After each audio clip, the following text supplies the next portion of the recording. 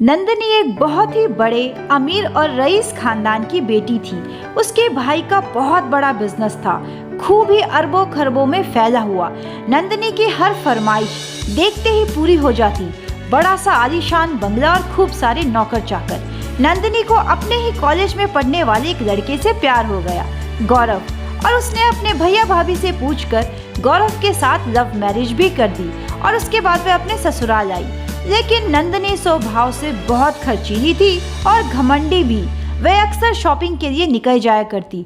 बड़े बड़े shopping complex में जाना, अपने अमीर और बिगड़े दोस्तों के साथ घूमना, खूब सारी शॉपिंग करना, खूब बड़े बड़े 5 स्टार होटल और लग्जीरियस रेस्टोरेंट में बैठकर डिनर करना। उसका यह खर्चीलापन शादी के बाद भी थमा नहीं। एक दिन उसने अपने ससुराल में अपने दोस्तों को खाने पर बुलाया। उसकी सास ने सबके लिए चाय, समोसे और पकोड़े बनाए। लेकिन अब तो यह हर दूसरे दिन की बात हो गई थी। हर दूसरे दिन वह अपनी सहेलियों को अपने ससुराल बुला लेती और उनकी खातिरदारी में बिजी हो जाती। एक दिन तंग आकर सास ने कहा, बहू, तुम तो हमारे घर की हालत जानती हो। अरे 4 लोगों की ठीक से बैठने की जगह भी नहीं है। तुम हर रोज अपने दोस्तों को बुला लेती हो, फिर वो चाय पानी का खर्चा।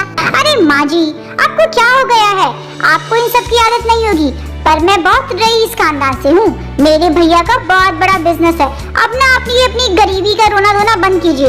जब देखो बस अपनी गरीबी का दुखड़ा लेकर बैठ जाती है। उसके बाद नंदिनी अपनी भाभी को फोन लगाती है। हाँ, हेलो भाभी, आपने फोन किया था। अरे नंदिनी, वो घर में साग सब्जी खत्म हो गई है, क्या तुम ले आओगी? अरे हाँ, इसमें बोलने की भी बात है और भी कुछ लाना है। हाँ, वो क्या है ना, तुम्हारे भैया शहर से बाहर गए हैं और घर में कोई नौकर चाकर भी नहीं है। तुम सब्जियाँ लेकर आ जाओ। अरे हाँ भाभी, क्यों नहीं, आखिर ननद किस काम आएगी। आप चिंता मत कीजिए, बस मैं भी घंटे 2 घंटे में आपके घर पहुँच रही हूँ। नंदिनी पैसों से भरा हुआ अपना पर्स लेकर सुपरमार्केट जाती है। वहाँ आलू, प्याज, टमाटर, सेब, केला और अमरूद खरीद कर अपनी भाभी के घर पहुँचती है। ये लीजिए भाभी, आपकी सारी सब्जियाँ और सारे फ्रूट्स भी ले आई हूँ। अरे वाह, तुमने तो मेरा काम आसान कर दिया। भाभी, आप इतनी थकी थकी क्यों लग रही है? वो क्या है ना, आज काम वाली नहीं आई है, छुट्टी पर है, तो बस थोड़ा काम करना पड़ा। अरे तो आपको काम करने की क्या जरूरत है? ये ननद किस दिन काम आएगी? आप यहाँ आराम से बैठिए, घर में जो भी काम है मैं संभाल लेती हूँ। तब तक आप मुन्ने का ध्यान रखिए। इधर नंदिनी पूरे घर में झाड़ू और पोछा मारती है। किचन के सारे बर्तनों को भी सिंक में डाल देती है और बारी बारी उन्हें धोना भी शुरू कर देती है। उसके बाद वे खाना पकाती है, मटर पनीर, पूरी और शाही पुलाव, और देखते ही देखते अपने भाभी के घर का सारा काम चुटकियों में खत्म कर देती है। लो भाभी, आपका सारा काम कर दिया, आप मुन्ने को ही संभालो।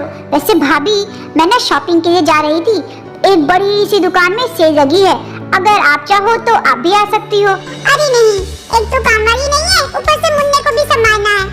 एक काम करो नंदिनी, तुम ही चली जाओ, मैं फिर कभी चलूंगी। ठीक है भाभी, जैसी आपकी मर्जी, अब मैं चलती हूँ। ऐसा कहकर नंदिनी एक बहुत बड़े मॉल में आती है। अपने दोस्तों को भी लेकर आती है।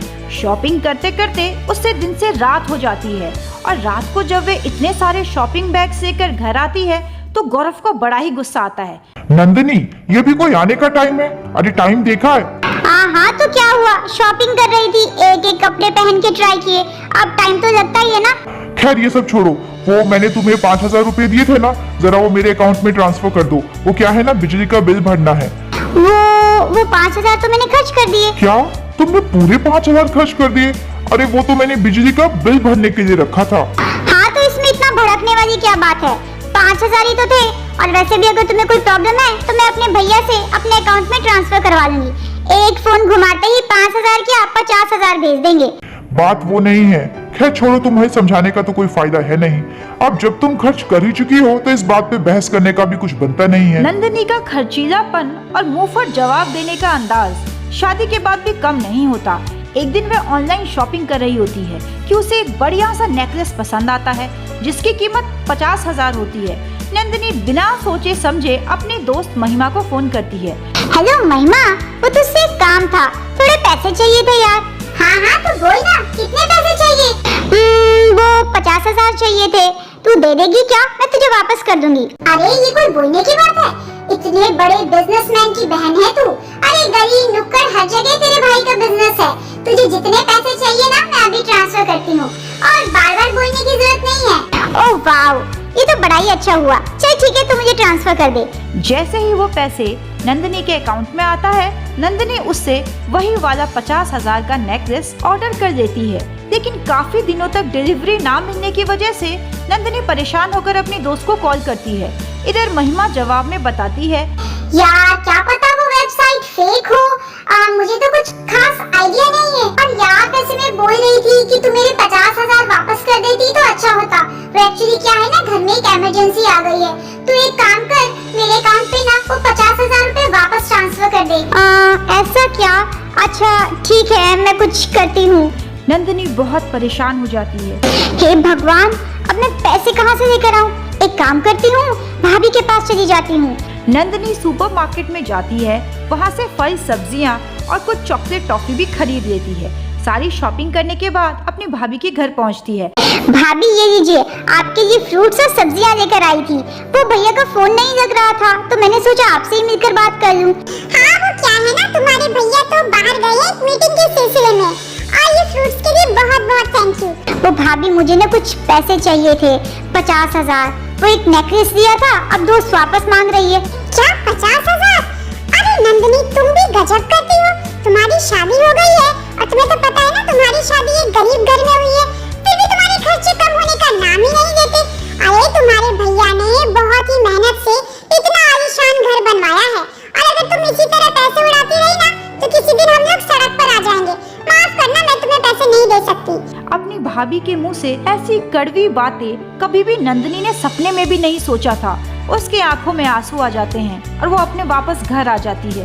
भाभी ने मेरे साथ ये किया, मैंने हमेशा उनके लिए चीजें खरीदी, हमेशा उनकी मदद की, और आज जब मेरी मदद करने की बारी आई तो भाभी पलट गई। ये सब कैसे हो गया? हे भगवान, अब पैसों का इंतजाम कैसे करूं? एक काम करती हूँ, अपनी ना सोने की चेन बेच देती हूँ। ये सब बड़बड़ाते हुए सास उसे सुन लेती है और उसके पास आती है। बहू, तुम्हें अपनी चेन बेचने की जरूरत नहीं है, ये लो मेरी चूड़ियाँ, इसे ही बेच दो। उन दोनों की बातें जब गौरव सुनता है तो उसकी आंखों में आंसू आ जाते हैं। अभी मैं जिंदा हूँ, मैं कमा रहा हूँ। मेरे होते हुए मेरी माँ और मेरी पत्नी को अपने गहने बेचने की कोई जरूरत नहीं है। कितना खर्चा आया है? 50,000 कोई बात नहीं।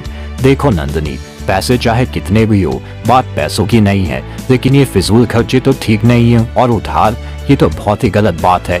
तुमने सुना नहीं, जितनी चादर हो उतना ही पैर फैलाना चाहिए। गौरव की बातें सुनकर नंदिनी की आंखों में आंसू आ जाते हैं और वो गौरव को गले से लगाती है।